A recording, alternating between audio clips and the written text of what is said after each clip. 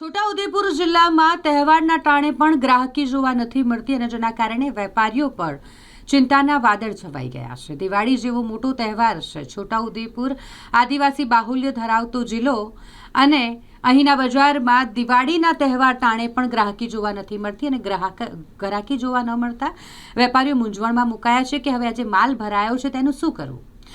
આ જિલ્લાની બજારની વાત કરીએ તો એક મોટો પ્રશ્ન છે કે આટલો મોટો તહેવાર છે, દિવાળી જેવો મોટો તહેવાર કે જ્યારે મોટી સંખ્યામાં લોકો ખરીદી કરતા હોય, પુષ્કળ પ્રમાણમાં ખરીદી થતી હોય, કરોડોના વેપાર આ દિવાળીના તહેવાર ટાણે જ થઈ જતા હોય, પરંતુ છોટાઉદેપુર જિલ્લામાં ગ્રાહકી નથી, ગરાકી નથી અને જેના કારણે વેપારીઓ મૂંઝવણમાં મુકાયા છે।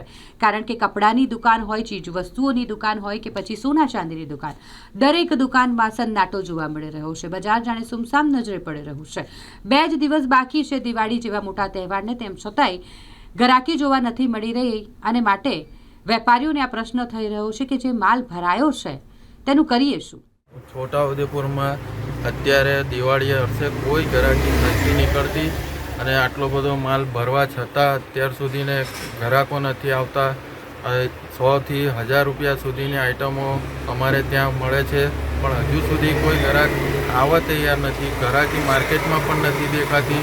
હવે આટલા ટેન્શનોમાં શું કરવું, વેપારીઓને જવાબ કેવી રીતે આપવા, એ બધું અમારે પણ અત્યારે ટેન્શનમાં જ રહીએ છીએ હાલ। એવું હોય છે।